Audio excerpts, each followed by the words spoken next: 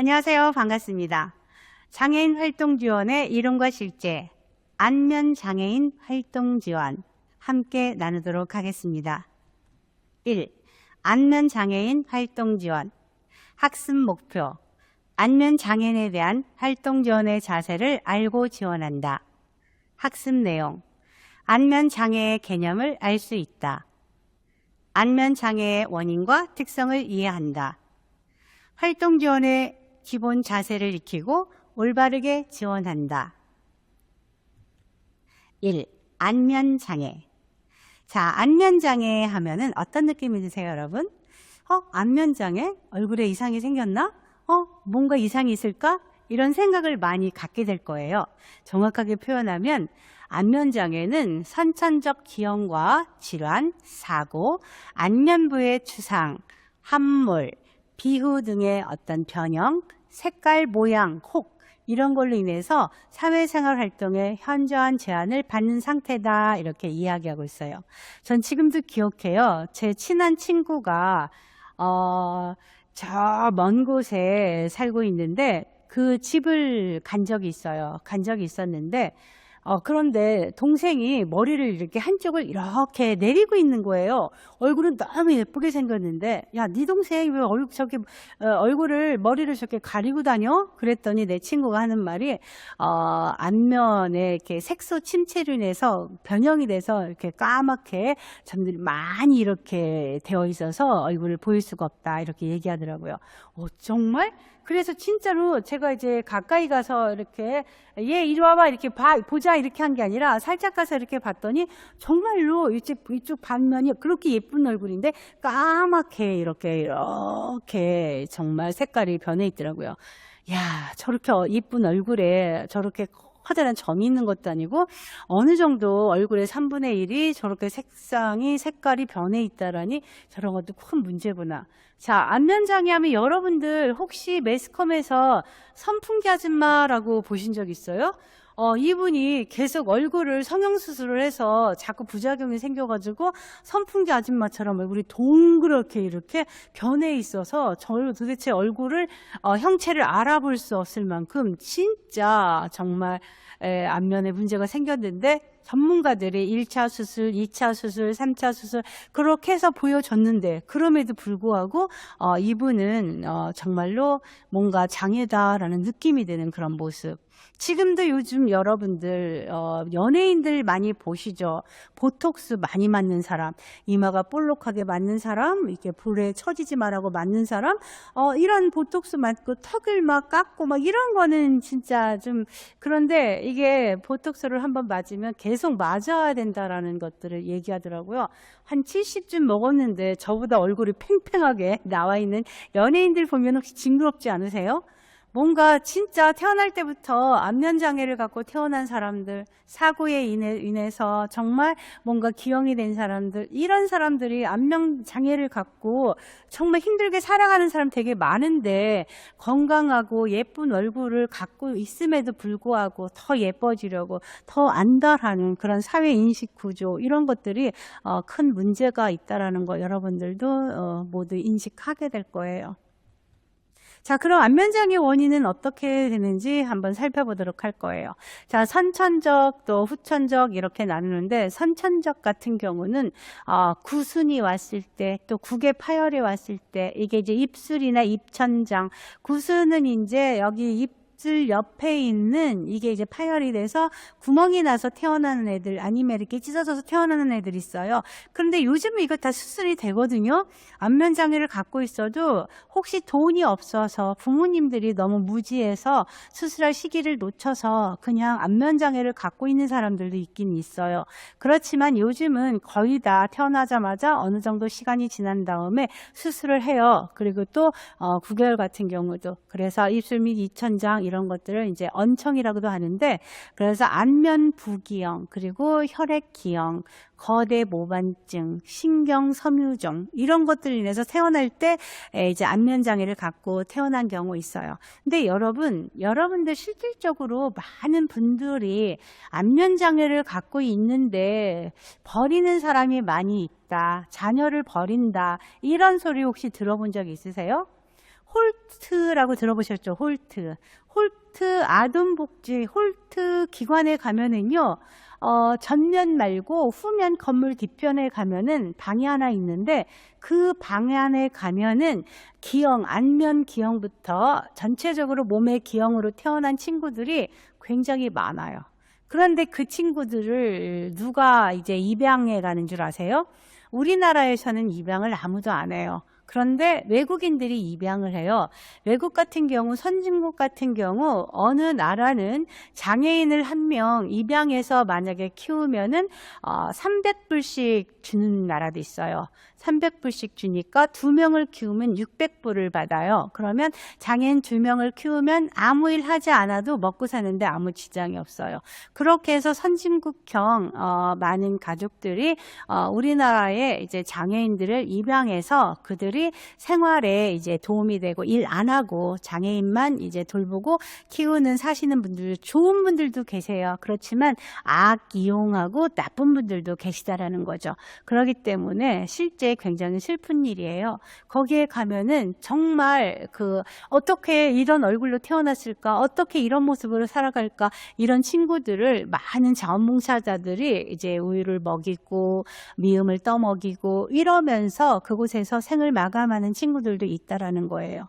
그래서 이런 부분들이 실질적으로 우리가 정말 슬프게 한 부분을 생각해야 될 부분이에요. 그리고 또 후천적으로는 안면 부화상, 각종 사고로 인한 반응.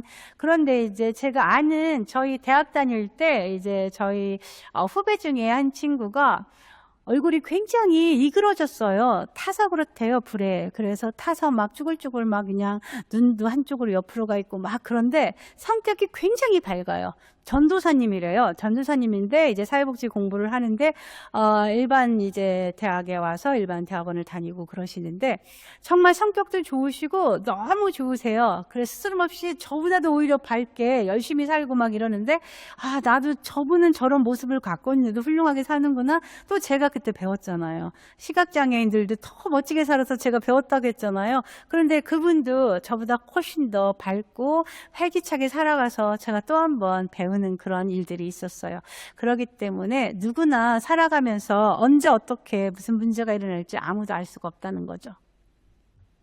자, 안면장애, 우리가 장애 등록이 가능한 안면장애는 장애인복지법 제37조에 따라서 장애 등록이 가능한 사람으로 장애인복지법 시행령 제2조 별표 1에 따라서 안면 부위 변형이나 그 다음에 기형으로 사회생활에 상당한 제약을 받는 사람이다 이렇게 이야기하고 있어요. 그래서 장애 정도 판정 기준으로 정할 수 있다 이렇게 이야기하고 있고요.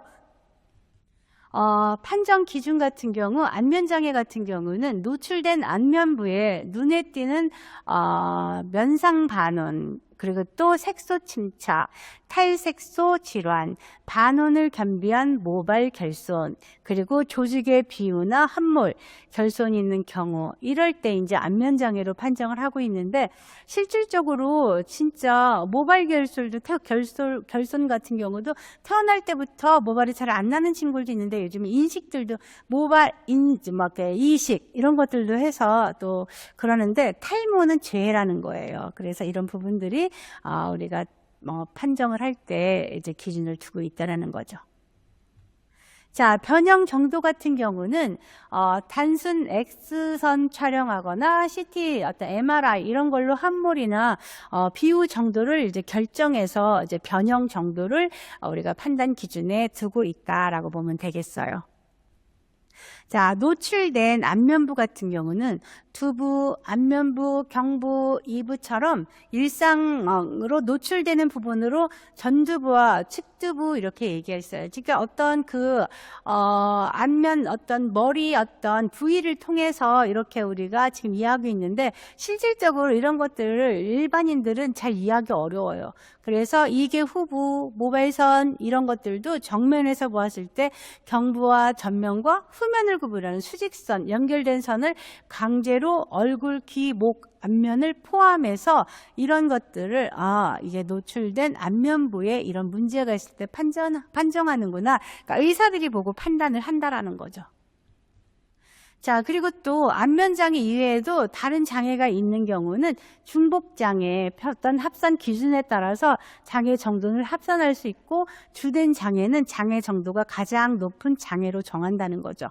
그만큼 판정 기준도 여러 가지 보는 각도에 따라서 어렵고 또 이제 중복장애일 때도 더 큰 장애를 염두에 두고 한다라는 것들을 기억해 주시기 바랍니다.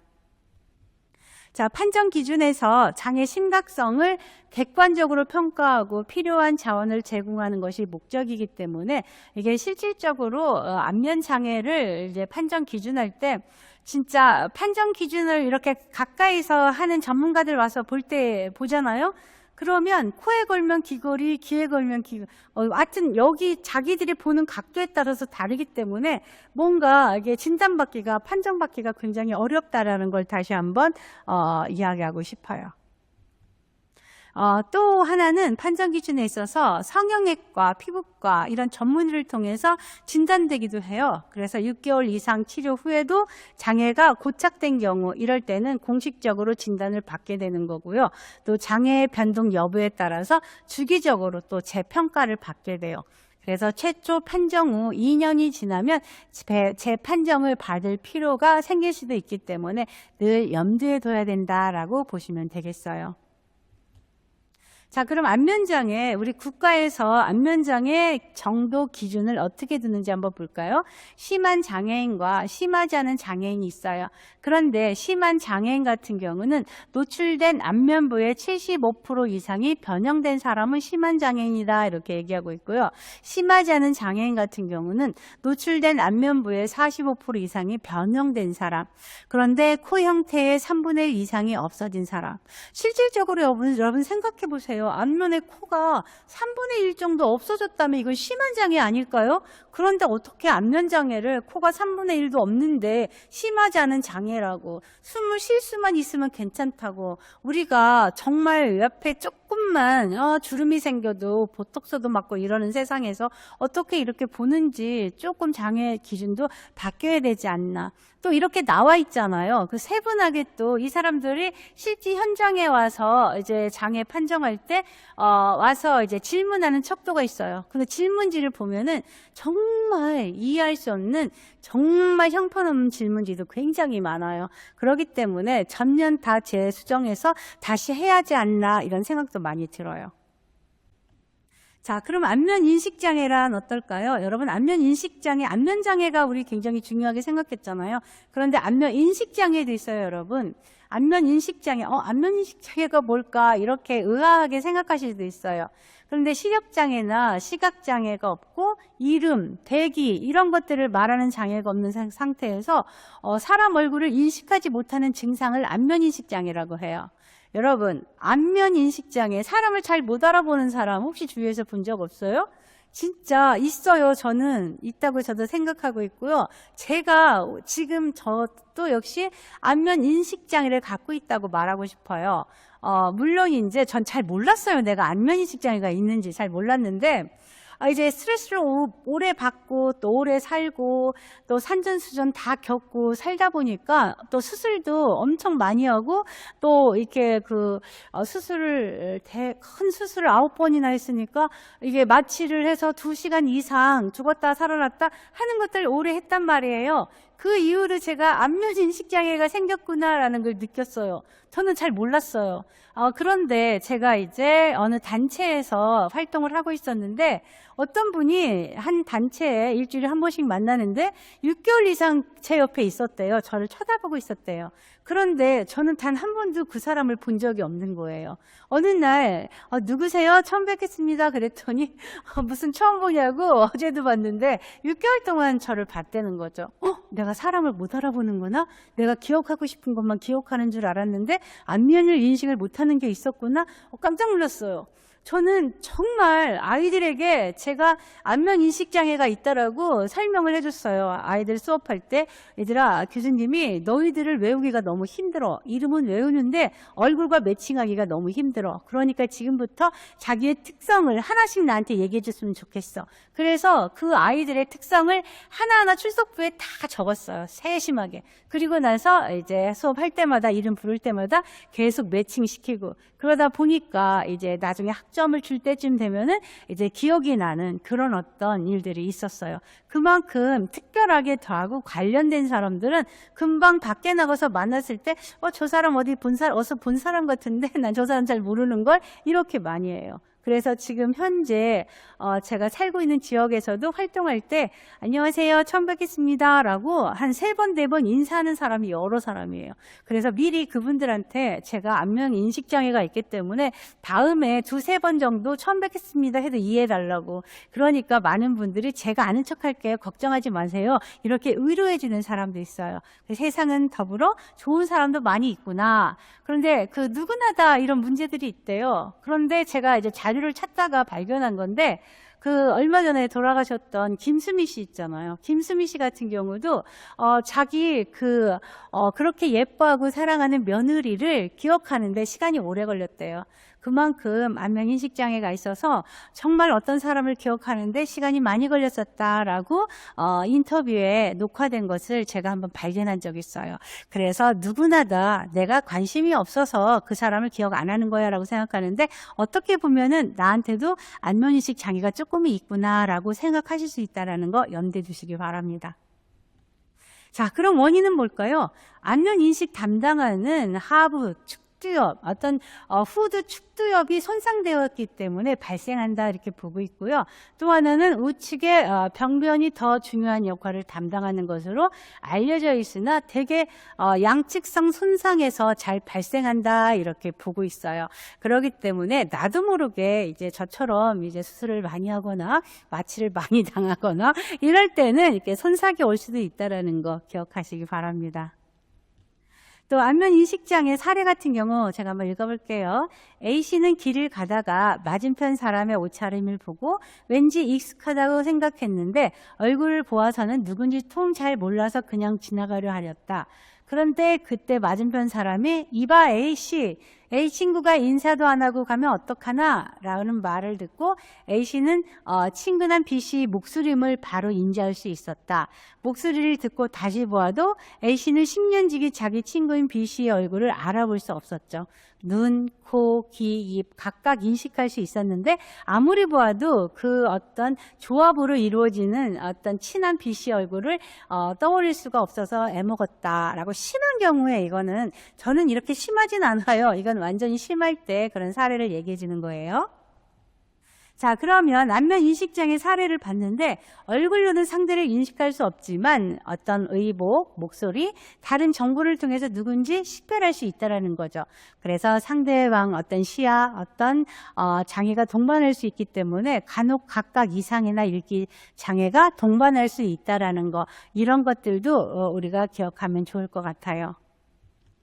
자, 그럼 진단은 어떻게 내려줄까요? 시력과 시각장애가 없으며 이름, 대기 등 말하기 장애가 없는 상태에서 사람의 얼굴을 인식 못하는 환자, 구조적 뇌병변을 확인하기 위해 뇌 자기 공명 영상 검사를 시행할 경우, 그 다음 퇴행성 질환의 경우 기능적 영상 검사를 통해 대뇌 활성도가 저하된 부위를 확인할 경우, 이럴 때 이제 진단이 내려진다라고 보고 있어요.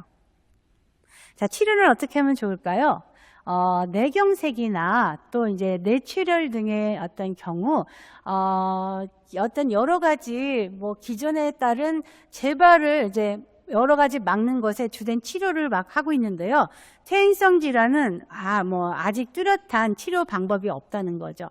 그렇기 때문에 이 안면 인식 장애는 어떤 뚜렷한 치료가 없기 때문에 본인 스스로가 노력을 하고 타인에게 미리 얘기를 해서 내가 잘 못 알아볼 수 있으니까 좀 이해 좀 부탁한다고 라고 사전에 이야기하는 것들이 더 중요함을 이야기하고 있어요. 자, 그러면 이게 실제 경과는 어떤 원인 질환에 따라 다를 수 있다는 거죠. 뇌경색 뇌출혈 경우 이럴 때는 병변의 위치와 조기 손상 정도가 중요하다는 거죠. 그래서 재발하지 않고 또 더 진행하지 않도록 유지 또는 호전될 수 있도록 하는 게 좋을 것 같아요. 그래서 이럴 때도 안면 인식 장애가 올 수 있기 때문에 이런 부분들도 천천히 이제 치료에 들어가면은 점차적으로 다른 부분들도 좋아지고 있음을 느껴야 된다는 거예요. 자, 경과는 실질적으로 원인 어떤 질환에 따라서 다를 수 있는데 이때 그 치매, 알츠하이머 이런 의미 치매에서 알츠하이머가 걸렸을 때 이럴 때는 퇴행성 질환에 의한 경우거든요. 알츠하이머는 기억이 점점 이렇게 지워지는 거잖아요. 전혀 호전은 안 되는 거죠. 점차 진행이 되기 때문에 혹시 기억력이 있을 때 더 이제 많이 보여주고 더 많이 이렇게 이야기도 하고 대화를 나누는 거예요. 많은 사람들이 그렇게 해요. 가장 슬픈 사람이 모든 기억을 다 지우고 가서 이 다음에 우리가 죽으면 엄마를 다시 만나야 될 텐데 아빠를 다시 만나야 될 텐데 자녀를 다시 만나야 될 텐데 그런데 이게 치매에 걸려서 모든 기억이 지워져서 만약에 죽었을 경우 그럴 때 이 사람들은 어떻게 하나 이런 걱정도 많이 한단 말이에요. 그렇기 때문에 살아있을 때 서로 잘하고 잘 지내는 건 매우 중요해요. 자, 그러면 이 활동 지원 방법에서 안면 인식 장애를 갖고 있는 사람들 활동 지원을 어떻게 하면 좋을까요? 자, 목소리, 옷 입는 모습 이런 것들을 기반으로 상대방을 어떤 추정해서 완전하지 못함을 이해해야 돼요. 그리고 살아가는데 자신감이 갖도록 격려해 주는 것도 계속 필요하고요. 그리고 주변 사람들에게 본인의 건강 문제를 알리고 양해를 구하거나 도움받는 것이 좋다라고 표현하는 것도 좋고요. 그리고 또 괜찮은 것들도 인식하도록 얘기해 줘야 돼요. 그래서 이분들이 아까 우리가 서두에 얘기한 것처럼 어떤 치매에 의해서 안면 인식 장애가 올 경우 아니면은 어떤 뇌출혈로 아니면 여러 가지 기질적인 문제로 이런 것들이 같이 동반됐을 경우에는 그럴 때 사전에 양해를 구하고 또 정말 아프기 전에 더 잘 지내는 것들이 중요하다고 보면 되겠어요. 그리고 또 이분들이 살아있는 동안에 안면 인식을 조금 못하더라도 괜찮아, 잘할 수 있어, 나도 깜빡깜빡 하는데, 그리고 50대 이후에는 여러 가지 노안이 오기 때문에 많이 호르몬도 바뀔 수 있고 또 내가 하던 것들도 점차 또 느려지기도 하고 또 잊혀져 간다고도 해. 그러니까 뭐 그냥 받아들이면서 살면 되지 라고 격려하는 것도 매우 중요한 것 같아요. 그래서 안면 인식 장애를 갖고 있는 사람이 내가 활동 지원을 요청하는 경우는 별로 없어요. 다만 이제 중복 장애를 갖고 있을 때 내가 치매로 인해서 안면 인식 장애가 왔을 때 아니면 다른 어떤 장애로 인해서 이런 장애가 같이 동반될 때 이럴 때 도움을 요청할 때 우리 선생님들은 안면 인식 장애는 이렇게 오는구나, 이렇게 갖고 있구나 라고 이해하고 또 그 부분에 대해서 지식을 같이 나눌 수 있으면 좋다라는 마음으로 준비했습니다. 여러분 괜찮으셨어요? 자, 그럼 모두 수고 많으셨습니다. 감사합니다.